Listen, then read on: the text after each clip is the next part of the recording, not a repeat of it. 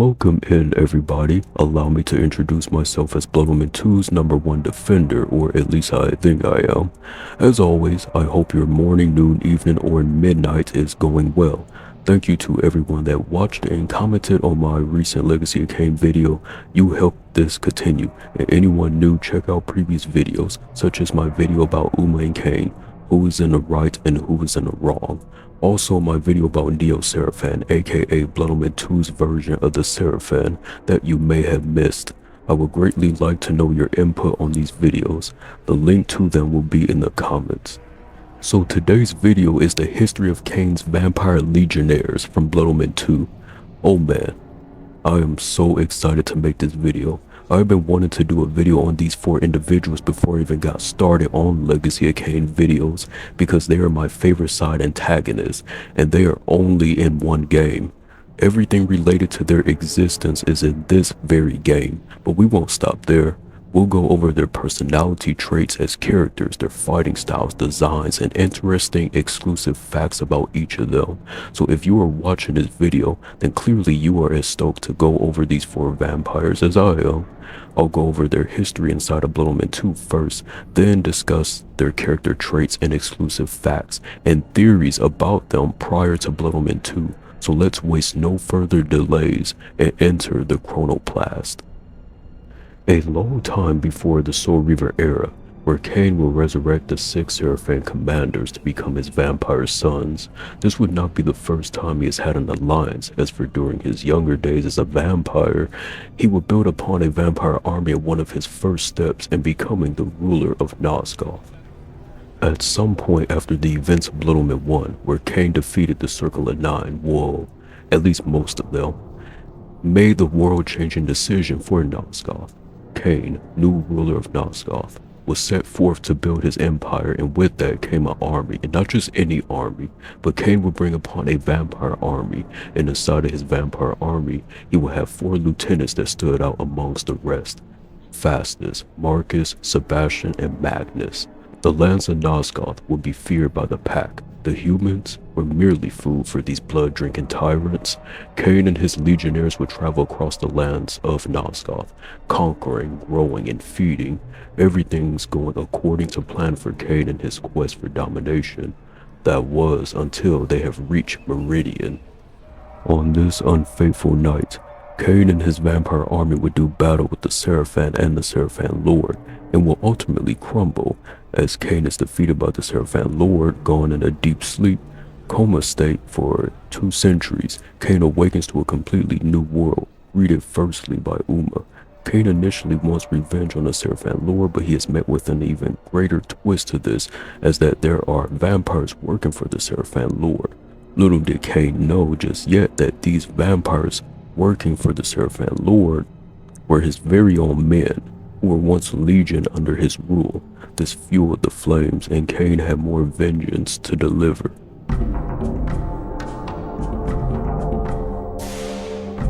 The end of chapter 1, the slums. Kain approaches a man named Dimitri, who he's supposed to meet, who will lead him into the smuggler's den. As Kain and Dimitri are conversating, in the far background we see someone leap from across, watching in stealth.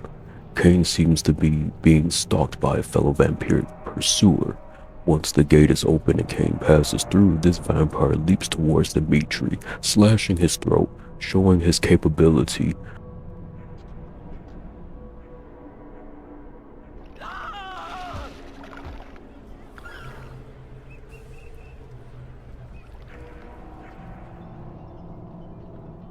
This vampire, as we see in clear sight, is Faustus, a former lieutenant under Kain's army, and the first of the 4 that Kain would encounter on his journey through Meridian. Faustus, long dark hair in a ponytail, wearing all red outfit with black in the inner parts of the bottom, black gloves, golden boots and ankle guards, and most of all, eyeshadow. Great to know Faustus takes good care of his beauty. Going through chapter 2 of the Smuggler's Den, Kain enters the tunnel and gets a glimpse of Faustus talking with a glyph rite. From a far distance, Kain has yet to recognize Faustus, as his face is also turned away from him, but seeing as Faustus is the one who has been following Kain, he clearly knows of Kain's presence, and most likely is leading him into an eventual duel. Going through the underground after deactivating a steam jet, Kain will drop even further down and enter a boiler room, and up above he will finally come face to face with the man who has been lurking in the shadows, following him. Former Lieutenant Faustus.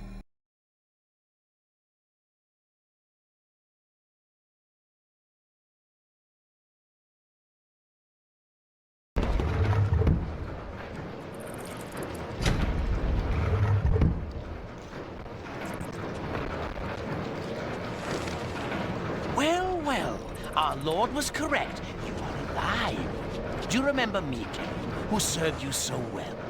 It was Faustus, one of the Legionnaires of my army of vampires, an indifferent soldier, but now a traitor to our race. Faustus, it's true then. I hardly believed it. Vampires have turned against their own kind. What is our kind? In serving the Sarafan, I have protection, I have power. And who better to hunt down a vampire than a more powerful vampire? History is written by the winners, Kain. That is my kind. How many of us have been destroyed by the Sarafan? How many have been brought to their deaths by you? I care not for those destined to die. I don't weep for them, and I won't weep for you. Look around you, Faustus. Does your victory seem so assured now? A fleeting setback. Our Lord knows of your presence. He beat you before, and he will bury you now. But you will never know how it ends, Faustus. For I will bury you first of all. Finally, Kain does battle with Faustus. This fight has 3 phases. In the first one, Faustus fights Kain head on, and the only way to cause harm is to block his attacks to fill up Dark Gift meter, to then strike him with the Fury attack. Once enough is done, Faustus will enter a new room from above, and the door will open for Kain to enter this room. It is dark with chains above rattling. There are furnaces that Faustus will jump onto.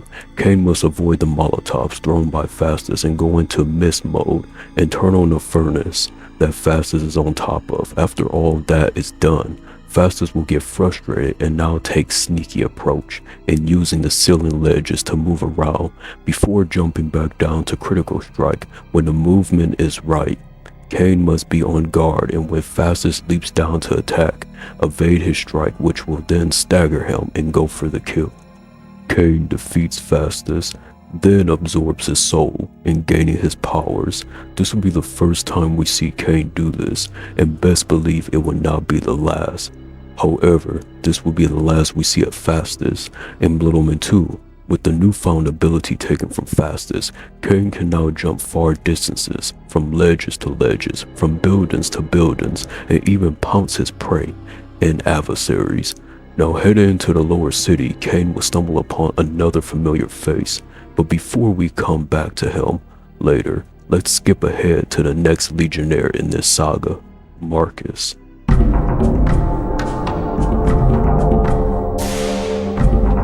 Kain will use a train to travel to the upper city, navigating through the streets.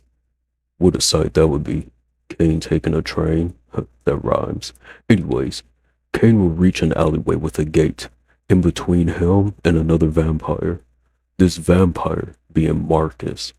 Marcus, dressed in an all-black robe from top to bottom with gold stripes on the edges, long black arm-length gloves, 2 long red scarves with a golden jewel piece, and most of all, he is bald as fuck. His design potentially inspired by the legendary vampire Nosferatu. This is especially apparent in Marcus's concept art, which has different color scarves as opposed to his final version. Marcus will confidently boast to Kain about how much stronger he has become over the past 200 years.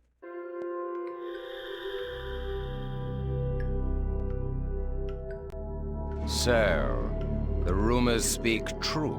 Marcus, my old friend. A poor choice of words, Kain. We were not friends. Or will you sour this reunion with old grudges? Granted, we parted on poor terms. You tried to murder me. I seem to have failed. You feared my growing powers. You knew they would one day surpass yours. Is that why you begged me to fight at your side when you waged war upon Nosgoth? Begged? I never begged. In your arrogance, you presumed me dead. But I was stronger than you knew. I crawled from my haven and fled into hiding. That's the Marcus I remember. When the Sarafan proved victorious, I knew that my destiny lay with the Sarafan Lord. I offered myself to the winning side.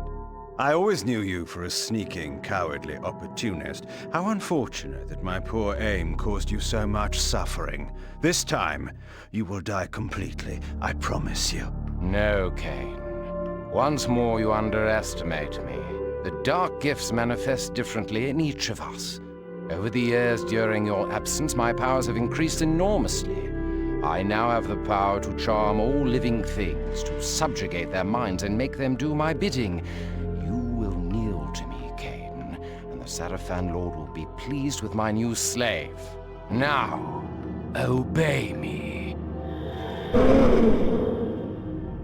What? Impossible. What manner of creatures have you been practicing on? Dull mortal fools, with their minds full of commerce and dung? My mind is far too strong for your powers. No matter. My mental powers still allowed me to read your thoughts. You seek the Bishop of Meridian, do you not? He has some information that you require. Clever trick. I will ensure that you never get that information. You may find the good Bishop, Kain, but when you do, he will be dead. Not if I reach him first.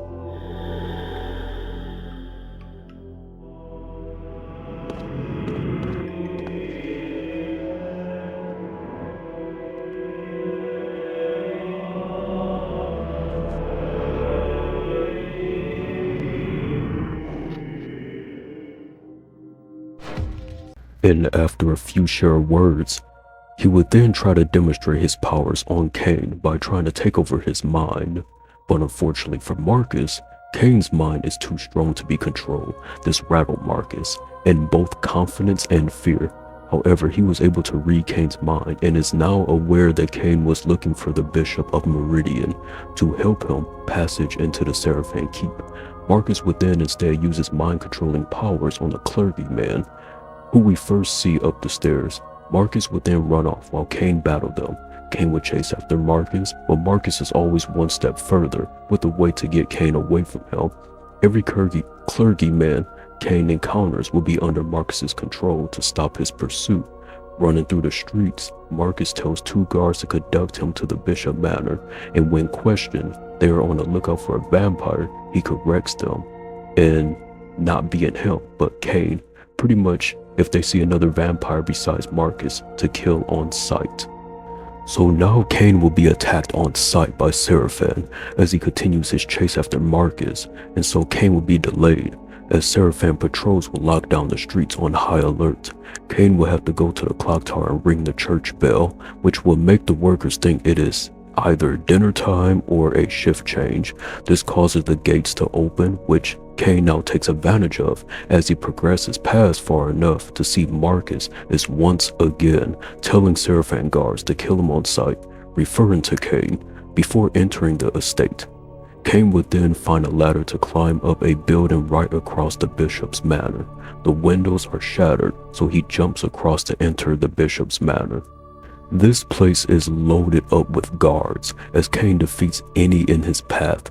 Ahead, he then enters a room with a large bookcase. After defeating the Sarafan Knight, the bookcase moves on the side. There's a secret passageway ahead, but here stands a frantic man who claimed to be the butler for the Bishop of Meridian. He gives Kain information on why the Sarafan and Marcus are here after the Bishop's suspicion that he is helping the vampire resistant. Kain urges the man to tell him where is the Bishop. The man refuses. Kain gives him the warning of letting him know he is sent by Vorador, who aligns with the Bishop, or he can just simply tear out his throat. The butler spills the beans. He gives him the info that he is at the cathedral and gives the location.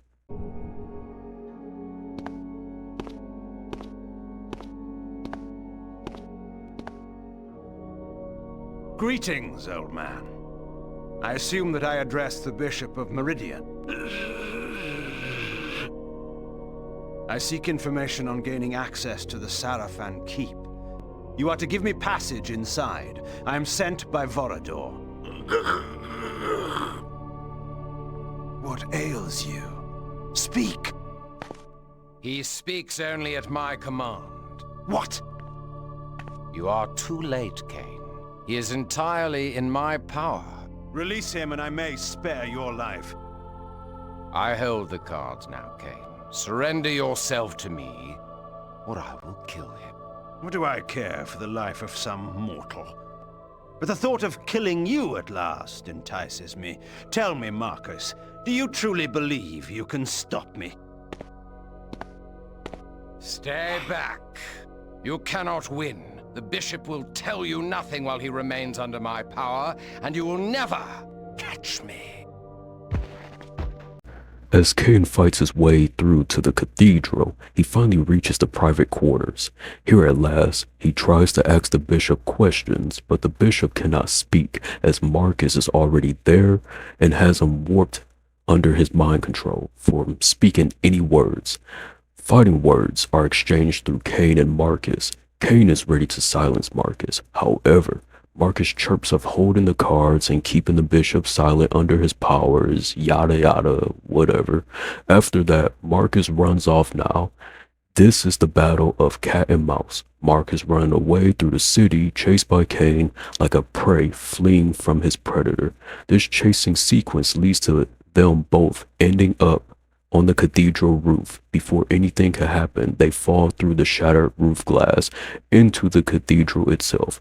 This beginning the final fight between the two. Marcus has two phases to his fight. Now, I'm a Blittleman 2 head, and I'll tell you right now, the guys online will say 3 phases, but no, it's only 2 phases. That second and third are the same exact phases. Anyways, Marcus will immediately go invisible as the fight begins. He is nowhere to be seen, only flashes of his shadow. There are 2 switches on each side that are attached to a bell. Turn a switch to ring a bell to then stun Marcus and go for the attack. Once enough is done, Marcus will head upstairs. Kain follows Marcus. Marcus will remain in an invisible state while running around and have mind control clergymen to help him in a battle. They will be attacking with crossbows with torches from afar. Kain will have to catch a running Marcus who is invisible. When he is attacked, his shadowy figure is exposed. Kain can also throw a clergyman at a bell that will stun Marcus, with more opportunities to catch him and attack him. Finally, through all the running around chasing to hell and back, Marcus is finally defeated. And just like with Faustus, Kain absorbs his soul, gaining his ability to mind control.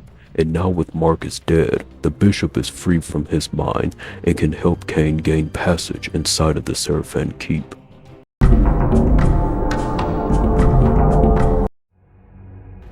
Now let us go back to chapter 3, the lower city. Through the city, Kain will get to a point where he passes a gate and see torn up and mutilated victims done in by another vampire, Sebastian, who we see laughing as a fallen victim is crawling away. Before he strikes him down, Sebastian in a full-on blue armor suit with a long blue cape. Interestingly enough, in Sebastian's concept art, his armor is a yellow brownish color rather than blue. I used to think the top of his head was his hair, because in many angles it looks like it could be his hair, but it's actually a hood attached to his armor.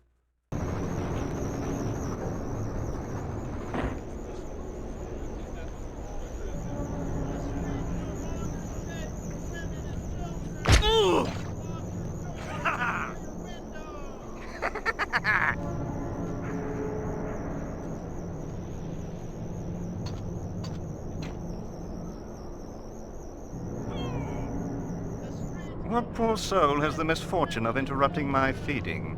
One who shares your thirst. and your curse. Ah, a voice from the past. So the rumors are true. Kain walks Nosgoth again. How do you know me, creature? How I would love to dispatch you here and now. And yet, I am required elsewhere. Good night. Wait! How do you like my handiwork, Kain? It's been a good night's feeding. You're a sloppy butcher, vampire. You jeopardize your presence by such bloodletting. But it isn't my presence that's in danger, Kain. It's yours. You serve the Sarafan, then? I serve no one but myself. Ah, I'd forgotten how much I loathe your arrogant tone. It will be a pleasure to silence it for good. We shall meet again soon enough.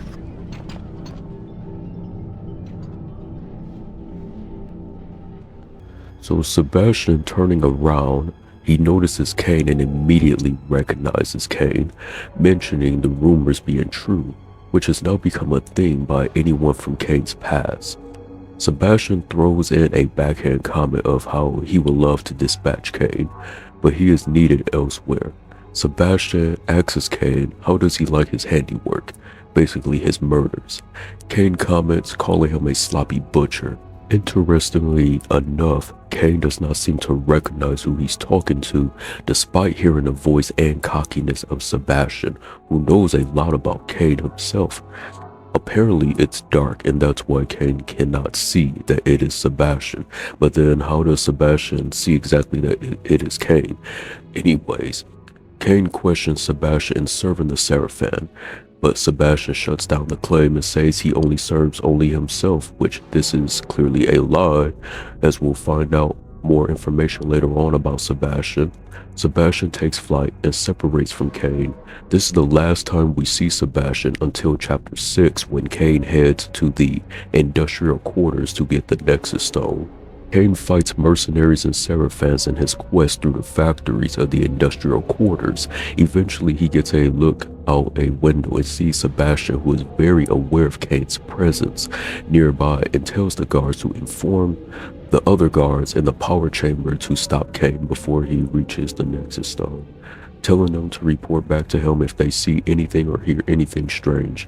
Now, safe to say, canonically, they never got that chance to do that, as they most likely died at the hands of Kain before getting the chance. So as Kain continues further through, he finally reaches the chamber where the Nexus Stone is at. But before that can happen, Kain is interrupted by Sebastian. And so finally, Kain sees who it was after all. This time, Sebastian, not only that, but through dialogue, we find out that it was Sebastian who arranged the ambush that destroyed Kain's army. The two had a lot of history in not seeing things eye to eye in their days working together, at least on Sebastian's side, because Kain thought things were going well between the two. So Sebastian explains to Kain why he betrayed him and sold himself to the Sarafan Lord. Behold the great Kain, now a common thief. The fiend that dogged my shadow showed himself at last, and in the light, I knew him. Another visage from my past. Sebastian, it is you who have been following me. And how long it took you to discover it. My master sent me to prevent your meddling further, and now you must die. Your master knows his days are numbered. I might have spared your life by asking that you join me, but I learned that lesson 200 years ago. You arranged the ambush that destroyed my army. You sold yourself to our enemy. I dealt the blow that cost you the war. Glorious, was it not? So many killed so quickly, and all my doing. I never learned why. Did you think I would serve while you ruled Nosgoth? You and not I? The Sarafan Lord knows how to value me. I am to rule by his side and achieve what you never could. You fool! Do you think that butcher will permit you to live one moment longer than he has need of you? I will save you from your disappointment, Sebastian, and kill you now. I have waited 200 years for the pleasure of killing you with my own hands. While you have been sleeping, my powers have been increasing. You haven't the smallest chance of defeating me.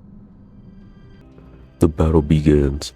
Kain and Sebastian fight in this room, they are surrounded by jets that air out steam that's rotated. Kain will throw Sebastian at the near jet that is blowing out steam. Sebastian will eventually start running across the wall, showing off his ability. Sebastian is a speedster, taunting Kain in the process. While this is happening, electricity energy is circulated in the center, where the Nexus Stone is at. Sebastian will look to pounce Kain, but foolishly can be tricked by accidentally pouncing right into the electric energy. After he has had enough, he tells the man in the room above to pull the lever that lifts up the center platform. Kain jumps on it, mind controls the man to pull the lever that turns on the jet streams for the whole room. This causes Sebastian to jump up the platform to battle Kain and destroy the Nexus Stone in a last-ditch effort. But as Kain gets the better of Sebastian, he throws him down to burn by the jet streams. No! It can't be!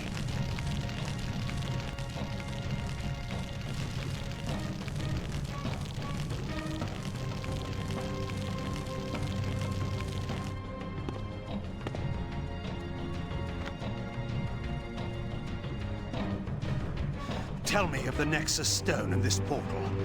What is its purpose here? Speak, and I will spare your life. Come, Kain. You lie in your throat and we both know it. You are going to kill me. Indulge me then, before you die. I'll tell you so that I may see your face when you learn. You are powerless. You cannot win. Your death is inevitable. The Nexus Stone's portal leads to an ancient device, deep underground, that will spell your destruction, Kain. A new reign will begin in Nosgoth. What is the purpose of this device? How will it serve the Sarafan Lord? Alas, he has not entrusted me with that knowledge. But soon everyone will know it. His plans are even now coming into fruition. Where is the device? Where under the earth? It lies beneath Meridian. Seek for it if you will. I die happy in the knowledge that all your efforts will be wasted. Oh, Sebastian. Our destiny could have been glorious.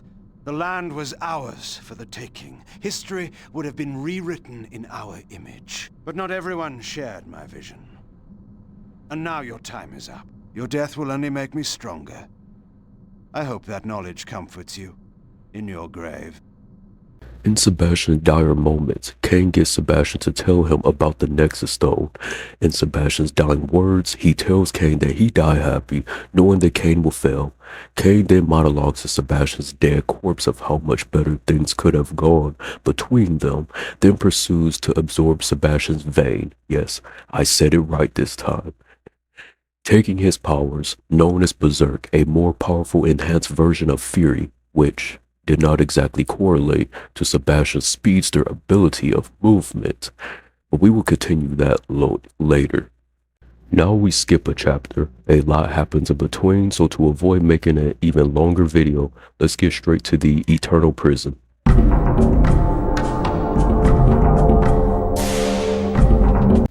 As Kain enters this hellacious otherworldly place, he's not aware that deep into this place lies another old friend from the past, and this one would be nothing like the other three, a completely different kind of beast.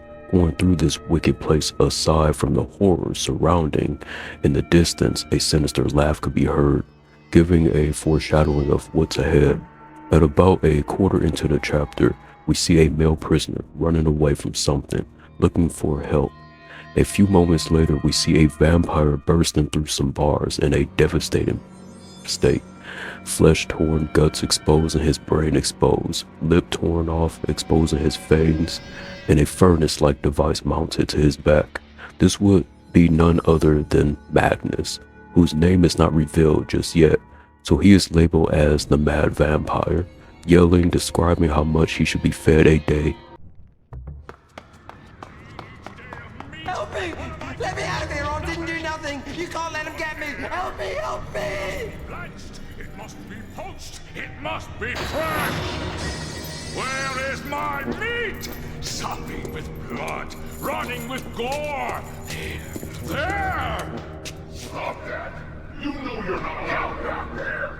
Get back! Give me meat for 1,400 ounces every day, and it will be fresh and on 2 legs, or in this case, 4.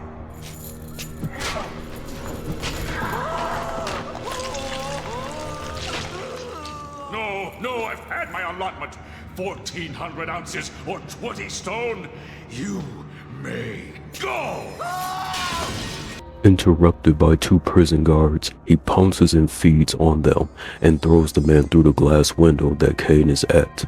He then turns his attention to Kain in a fighting sequence. This will become a theme for Magnus throughout the chapter. No matter how much he gets beat up, he cannot be killed so simple. Unfortunately for Magnus, he is not very smart. Probably because he is not in the right state of mind, as he chases Kain till Kain reaches a gated platform hooked by chains. As he uses his new telekinetic powers to activate the switch, Magnus tries to jump on but misses and lands in a hole of water, burning and screaming. However, like I said, he cannot simply die, so this is not the last of him. Entering torture rooms, bursting through a gate is Magnus once again, running around mindlessly attacking tortured prisoners. While that's happening, Kain navigates through the torture rooms till he uses a prisoner to pull a lever open for him to go through. Time passes. As Kain enters another room, he sees a door leading to outside. He goes through and crosses a bridge. Falling behind him is Magnus, but before Magnus could reach across, Kain uses his telekinetic powers to activate the switch to closing the bridge, which causes Magnus to once again fall in a lake of water, burning and screaming.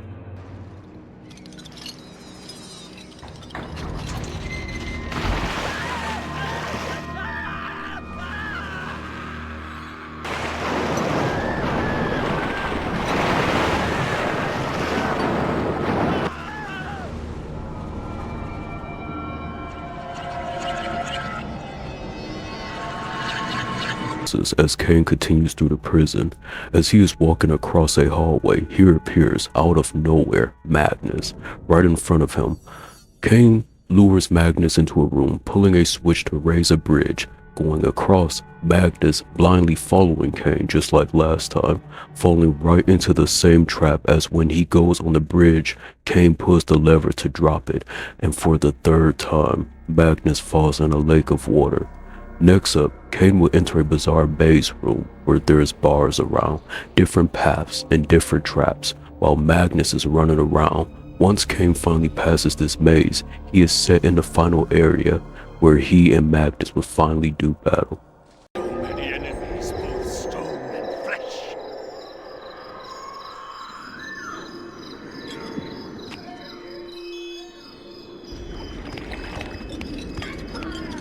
I won't lift a finger! I will destroy you with my mind!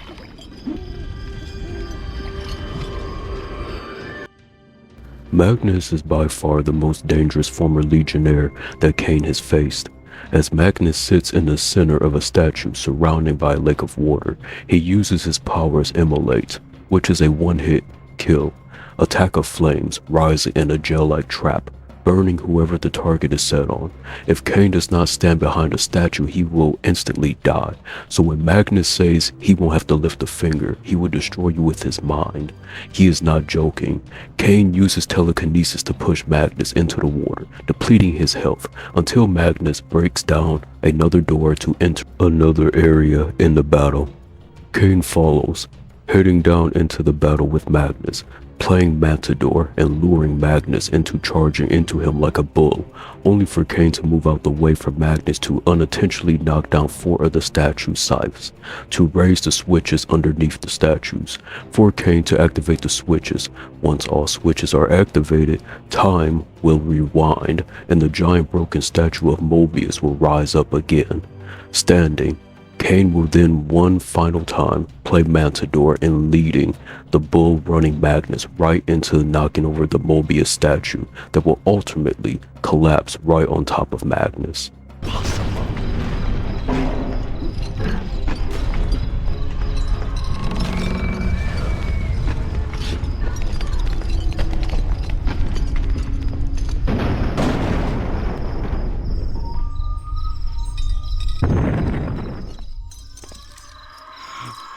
The fog lifts, Sire, wait. What trickery is this? No trickery, sire.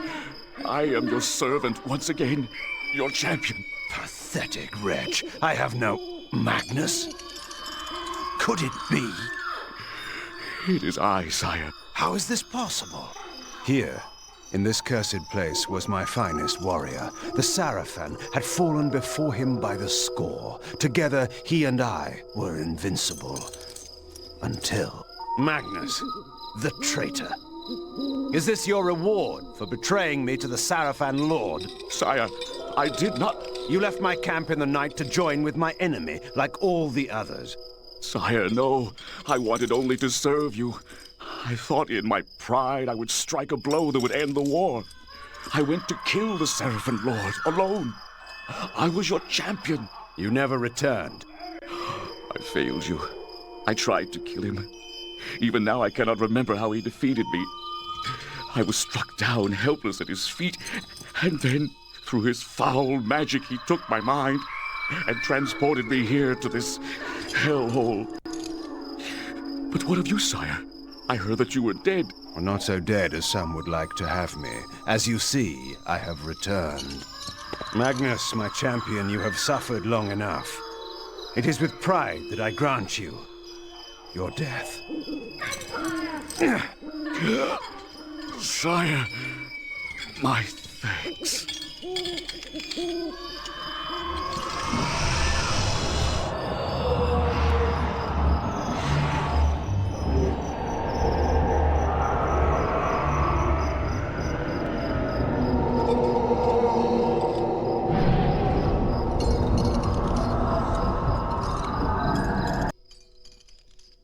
Go, my friend. Be free, as the rest of us. Living or dead can never be. Magnus is defeated at last, and in his dying moments, Magnus, for the first time, will come back into his senses, into his true self.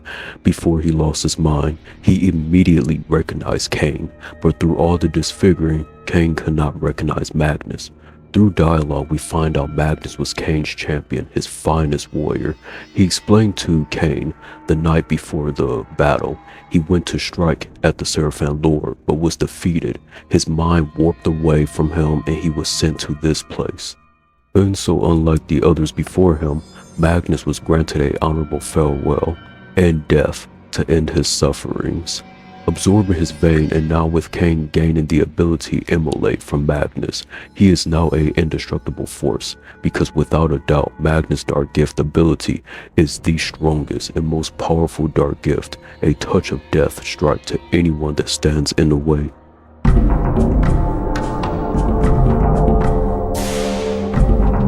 As we wrap up the saga of these 4 vampires, now we'll break down their character traits, their personalities. We will of course start back to Faustus. Now Faustus is a little more tougher to pinpoint exactly what his characteristics are, as he has the shortest screen time in the game, with the only real dialogue from him coming from the battle with Kain. The most we got was that, well, he is a slime ball, who will basically choose whoever is in the lead of winning battle. As in his own words, he says to Kain, history is written by the winner. In an attempt to justify his betrayal, he has no shame or remorse for backstabbing his own kind, even if it means their death. Whatever can protect him is what matters to him.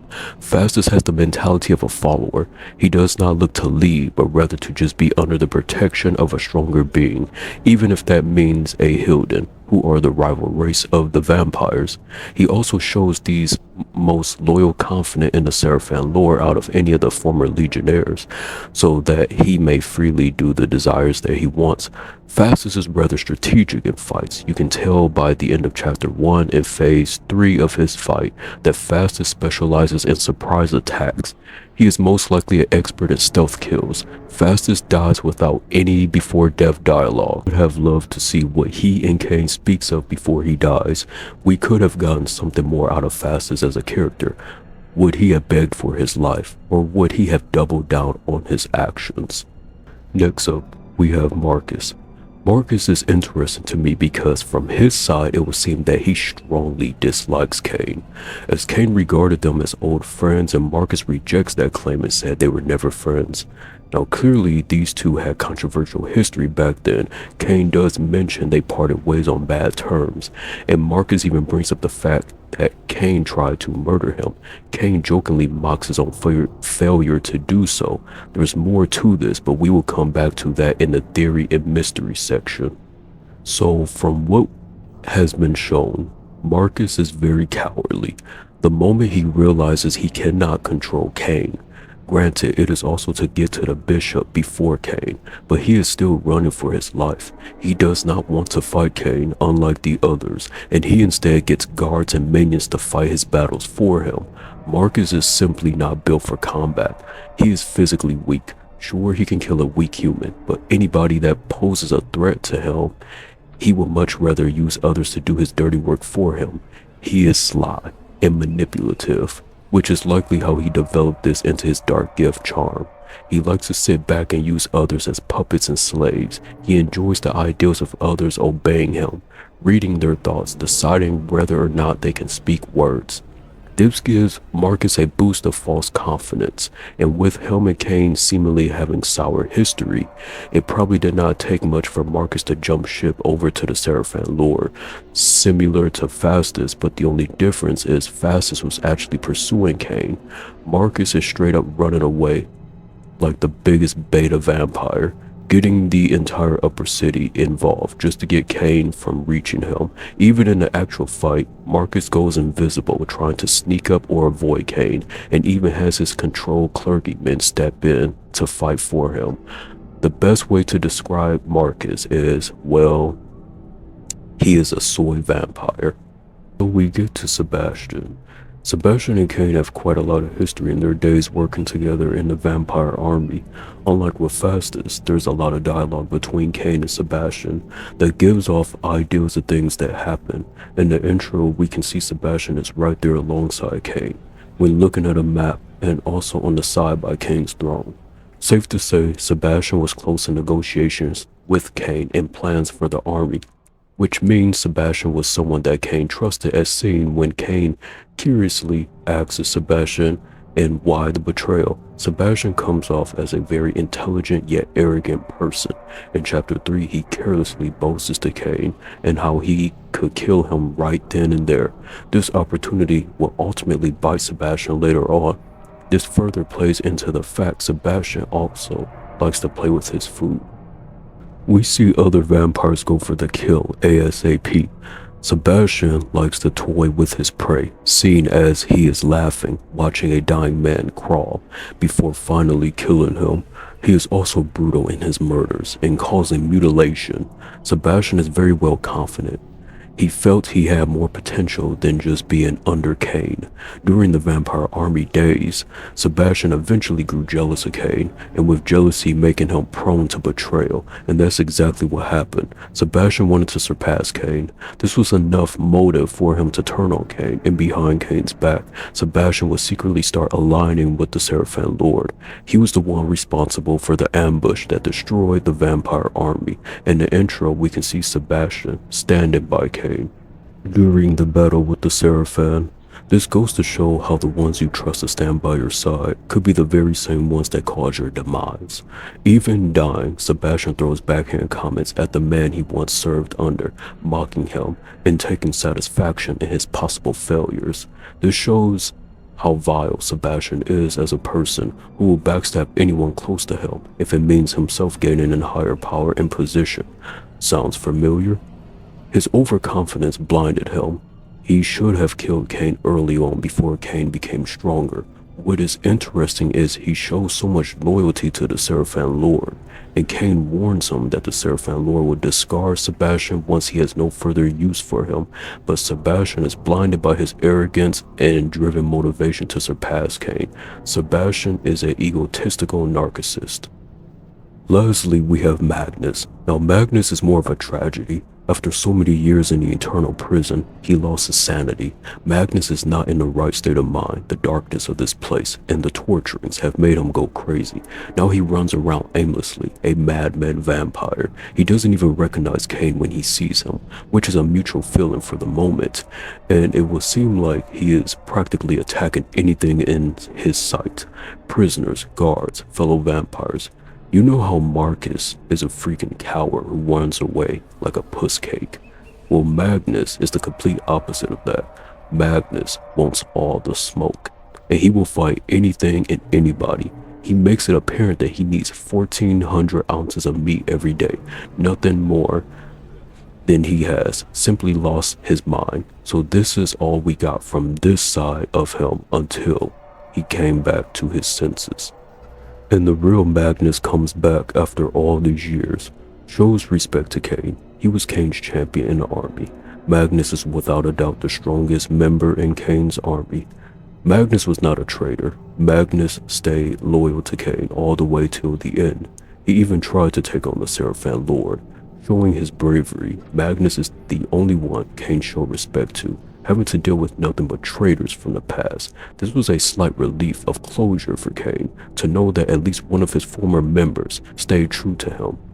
Magnus, in ways similar to Rahab, when the vampire sons of Kain would throw jabs at him behind his back, Rahab remained loyal to Kain. With the case of the vampire army, all turning and backstabbing Kain, Magnus never did. He would fight at Kain's side till the end. It is such a tragedy. The champion of Kain's army, the one who was devoted in his loyalty, was the one to suffer the worst fate. But before Magnus died, Kain gave him his respects as his champion and granted him an honorable death.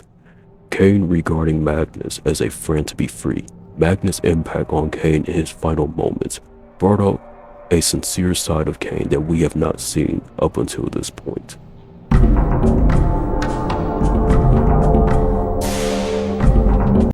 Okay, before we get into our theories and try to answer some unanswered mysteries and related to the 4 vampires, I thought I would shed some light on some interesting facts about these 4 that you may or may not know.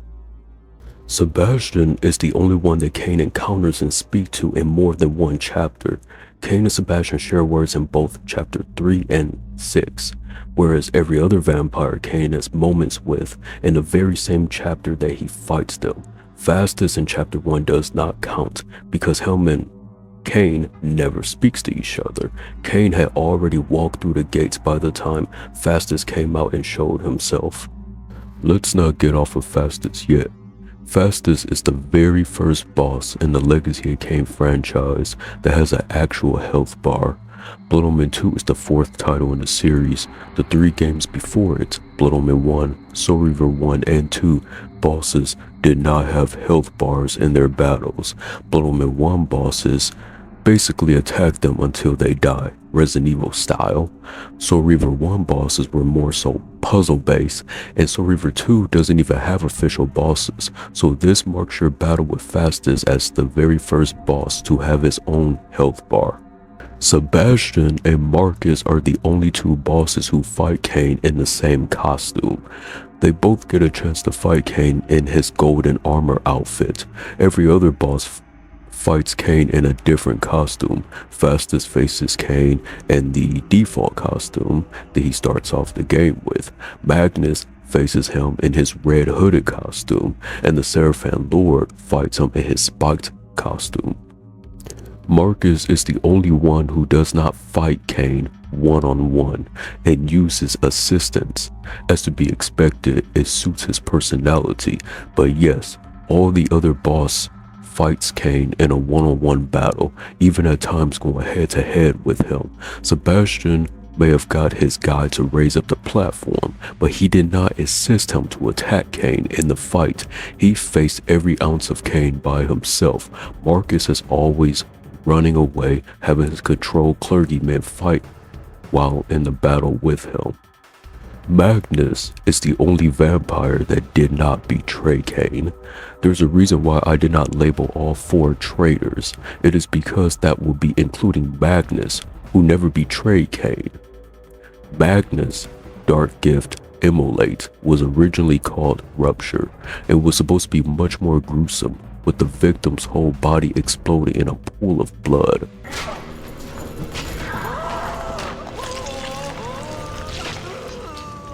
No, I've had my allotment. 1,400 ounces or 20 stone. Magnus incorrectly calculates the weight wrong. Now, I'll be honest, I'm not that good at measurements myself at all. So Magnus says he needs 14 ounces of meat, or 20 in stones. I looked it up, and 1,400 ounces is not the equivalent to 20 stones. Silly Magnus. Faustus, Marcus, and Magnus names all rhyme unironically, making Sebastian the only name to stand out. I always wonder if this was on purpose, and if so, why did the devs not give Sebastian a name that also rhymes to keep afloat? No, nonetheless, I like all of their names and find this pretty hilarious. When I mentioned Sebastian's dark gift Berserk does not exactly match the ability that he was showing in battle, well, it was changed during development. Sebastian dark gift was supposed to be called Speed, which makes more sense, and this was going to give Kain a time manipulation in the perspective of his enhanced speed from Sebastian. Lastly, the other three vampires have Faustus's dark gift ability.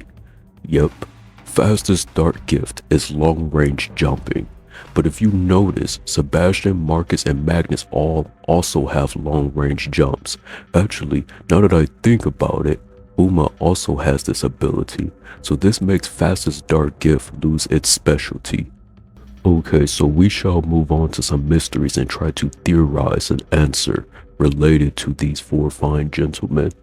This is my favorite part of the video, because now I can go over some unanswered mysteries and try my best to come up with potential conclusions.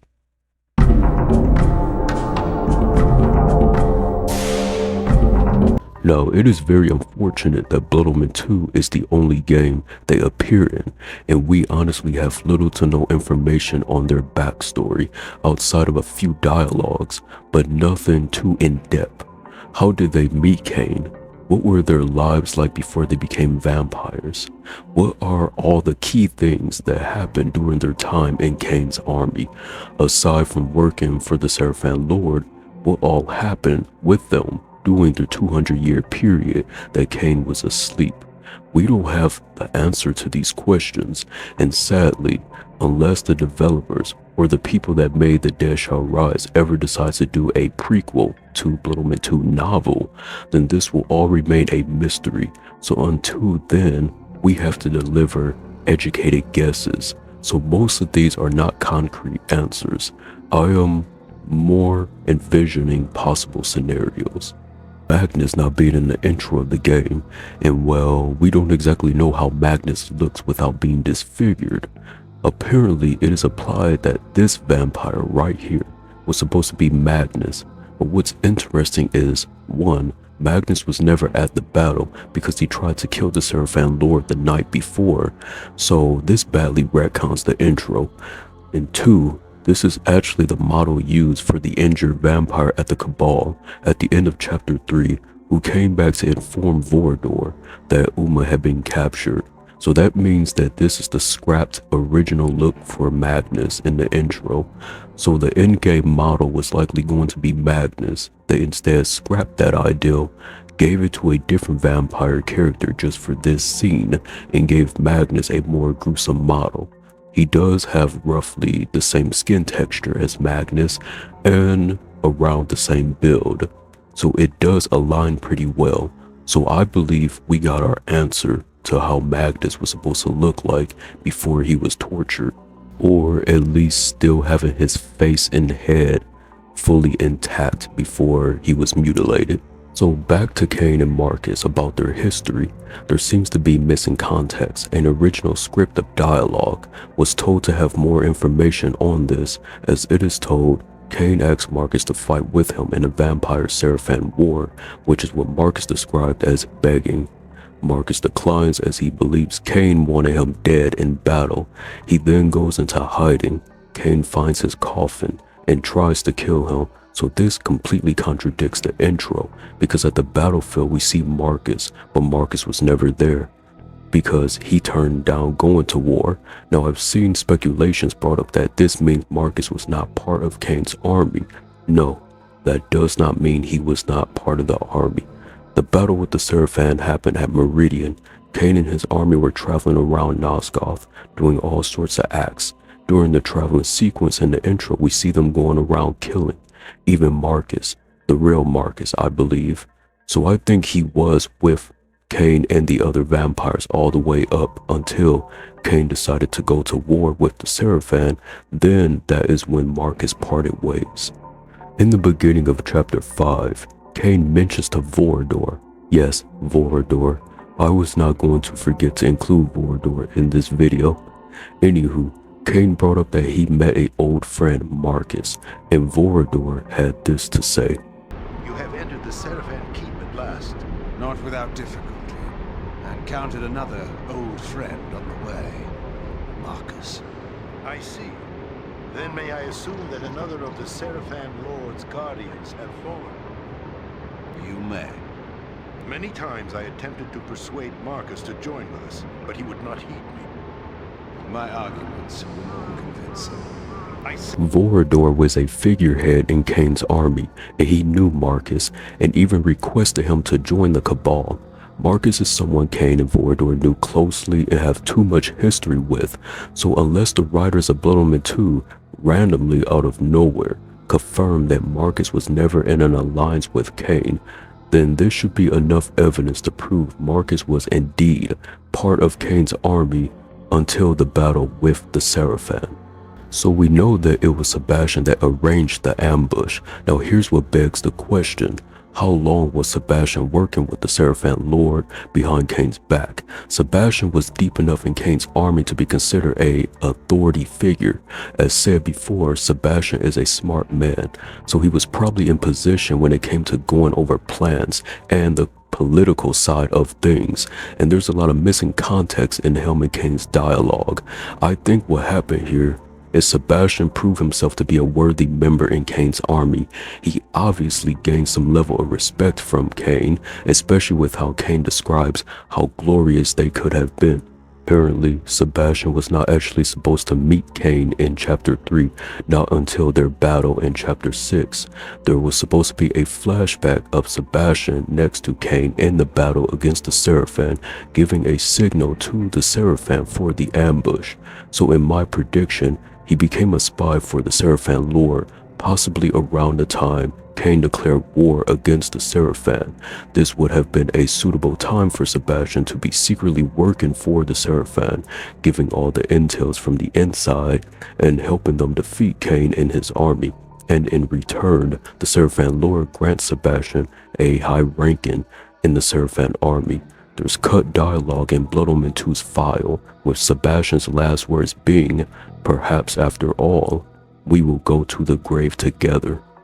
So one thing to take note here is this game went under some changes. A lot of the original script was scrapped, and a lot had to do with flashbacks that gives more insight on the past with Kain and the other vampires.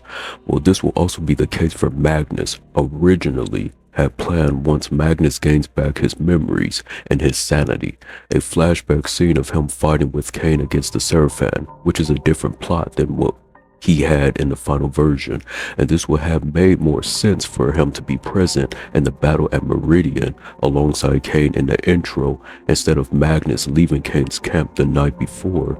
We could have had a scenario where Magnus was at the battlefield with Kain at Meridian, war wages on, and Magnus at the battle tries to attack the Sarafan Lord before Kain and is struck down. So then you could still have the plot of Magnus attacking the Sarafan Lord and ultimately still set up him ending in the eternal prison. It would have still worked well in the final version of the game, with a more clear scenario of which Magnus attends the battle with Kain. There's no answer to why these original scripts were changed, considering that flashback scenes would have been implemented. If I had to take a guess, most likely they had to be left out due to time restraint. Marcus seemingly has more than one dark gift.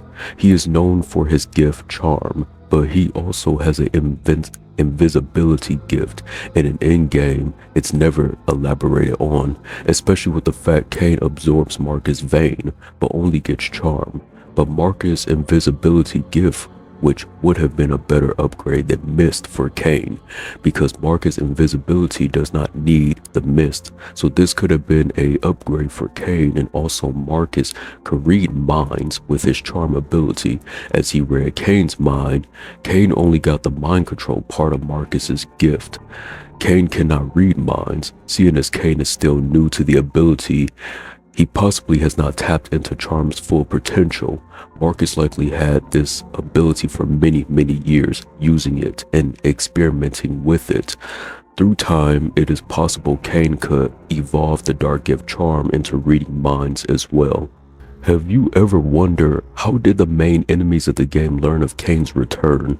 I mean, in this world there is no smartphones or social media to look at news about any of this stuff, so there has to be word on the street going around, but who would know to go around and alert the others? Both Marcus and Sebastian make similar comments of the rumors of Kain's return being true. Ah, a voice from the past. So the rumors are true. Kain walks Nosgoth again. So, the rumors speak true. Well, through some light to mid investigations on the suspect, this will have to be none other than Faustus. Think about it. Kain awakens. He has been sleeping in the slums, guided back by Uma. There was no other Sarafan Lord lieutenant in the slums except Faustus, and we know that Faustus has been sneakily following Kain the entire first chapter. At this point, only he knows of Kain's presence. There is a gap in between the end of chapter 1 and the last quarter of chapter 2 that we don't see Faustus, so in between that time, Faustus could have reported back to the Sarafan Lord and the other vampires of Kain's return, which ultimately is where these quote-unquote rumors came from. To continue with Faustus, though not completely confirmed, Faustus as a character may have been inspired by a character named Dr. Faustus, a 1592 play by Christopher Marlowe. Dr. Faustus made a deal with the devil and sold his soul for magical power. Sounds a little familiar? Faustus from Blood Omen sold out his entire race of vampires to the Sarafan Lord for more power and placement within Nosgoth. And also, depictions of Dr. Faustus in plays sees him dressed in a all-red outfit. Seems familiar? Here, with our Blood Omen 2 Faustus, this is an extremely awesome discovery that I actually never knew about until this very video researching Dr. Faustus. How amazing it is to learn something new in a video that you are making. While there's absolutely nothing to go off of with whatever life as humans these four had, so where did they spawn as vampires? Well, it is heavily applied they likely were brought up by Vorador or are the descendants from Vorador. This actually could make sense in hindsight. Vorador is one of the oldest, if not the first humans that were turned into a vampire, as his maker is ancient vampire Janos Aldrin. Vorador can and has made vampire turned humans, and with the retcon of him being alive in Blood Omen 2 by the cut content of being brought back to life in Defiance by Raziel and human Uma, as well as even being involved in Kain's vampire army 200 years prior, with vampires needed for the sake of the vampire race, it is not of the realm of possibility that Vorador could have very well be responsible for the new ages of vampires, Faustus, Marcus, Sebastian, and Magnus, and with Uma, we know that Vorador is her maker, so to close off with a percentage, 98% chance they were all next generation vampires from Vorador. If you have any mysteries or theories or even just opinions regarding these four vampires, do not be shy. Write it down in the comments. I had a lot of fun making this video. I always have fun making Blood Omen 2 videos, so that wraps up this video. I will let Kain end it off. Go, my friend. Be free as the rest of us. Living or dead can never be.